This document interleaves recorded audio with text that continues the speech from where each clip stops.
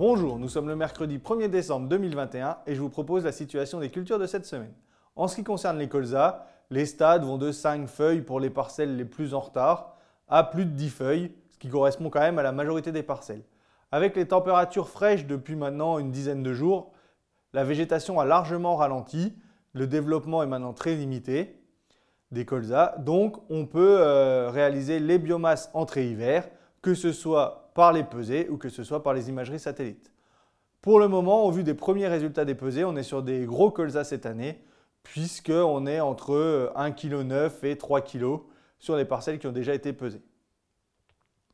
En ce qui concerne les larves d'altise, on observe une augmentation des observations cette semaine dans le réseau BSV, puisqu'on a quasiment une parcelle sur deux qui s'approche du seuil de nuisibilité.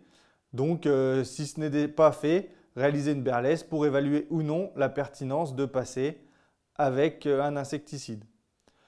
Et enfin, les températures fraîches, si vous arrivez à passer, puisque là les conditions climatiques en ce moment ne sont pas favorables, et si ça n'a pas été fait, réaliser l'application des produits à base de propyzamide pour lutter contre les vulpins.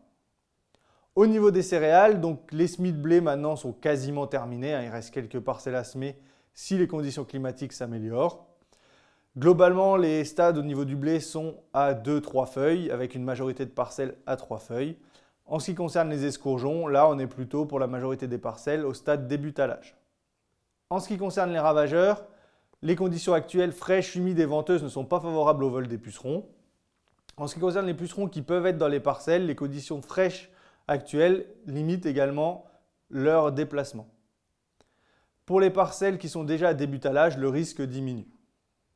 Surveillez tout de même si jamais courant fin décembre, on a une période plus douce. Surveillez puisqu'on peut encore avoir des vols de pucerons, c'est ce qu'on avait eu notamment à l'automne 2015. Donc en cas de radoucissement et surtout de conditions plus calmes, surveillez. On observe également toujours quelques dégâts de limaces. Donc surveillez toujours les parcelles les plus argileuses, puisque là, à partir du moment où on repasse au-dessus de 8 degrés, les limaces sont actives. Donc surveillez encore dans les parcelles à risque. Avec la fin de l'année, on peut également faire un bilan sur le risque piral dans les maïs. Cette année, globalement, les vols ont été plutôt faibles, dû aux conditions climatiques, notamment du mois de juin et de juillet. Donc, ce qui fait que les larves par pied sont très faibles cette année et les parcelles touchées par des dégâts sont également très faibles, puisqu'on a plus de 50% des parcelles qui sont observées au niveau de la région qui présentent moins de 20% de dégâts. Donc, ce qui fait que le risque pour 2022 ne devrait pas être très élevé. Je vous souhaite une bonne semaine, à la semaine prochaine.